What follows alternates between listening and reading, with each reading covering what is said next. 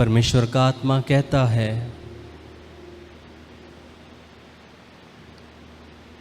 जिस तरह एक व्यक्ति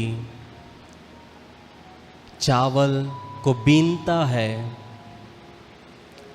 और उस चावल में से गंदगी को निकाल कर फेंकता है, उसी तरीके से मैं अपनी कलीसिया में सफाई करने जा रहा हूँ।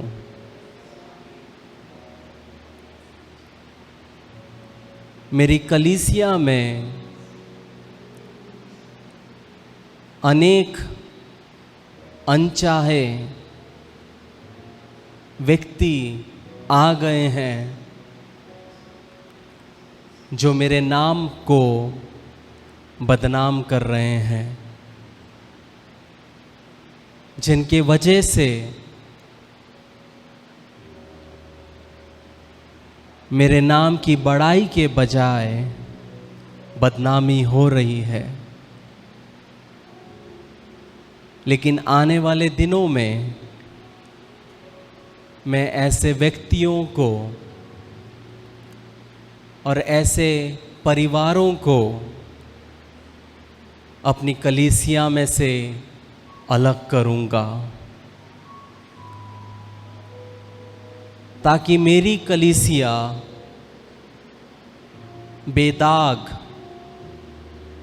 बिना झुर्री के, निष्कलंक और पवित्र बने। जिस कलीसिया के लिए खुद यीशु वापस आने वाला है।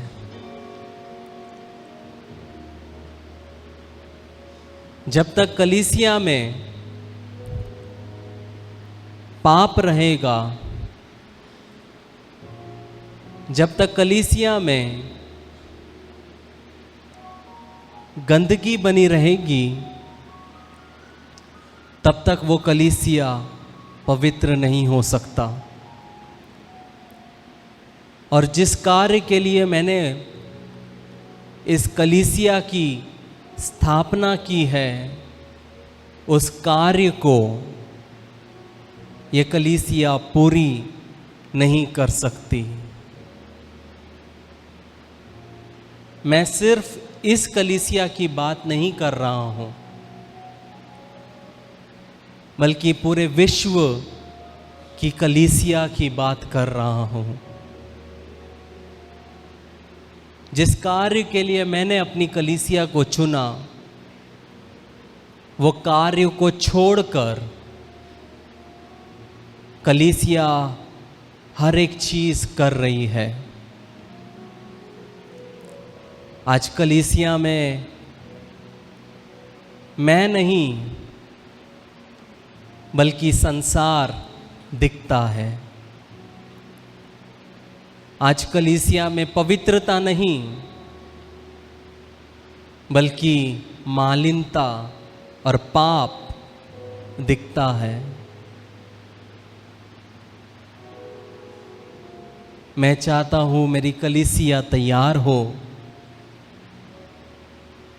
ताकि जो कार्य के लिए मैंने उसे चुना है, वो कार्य को वो पूरा कर सके। यदि कोई व्यक्ति कंकड़ मिला हुआ चावल खाए, गंदगी मिला हुआ चावल खाए, वो जल्द बीमार पड़ जाएगा। उसी प्रकार से जब कलीसिया संसार के साथ मिली है, जब कलीसिया में पाप है, तो जो लोग उस कलीसिया के द्वारा मेरे पास आएंगे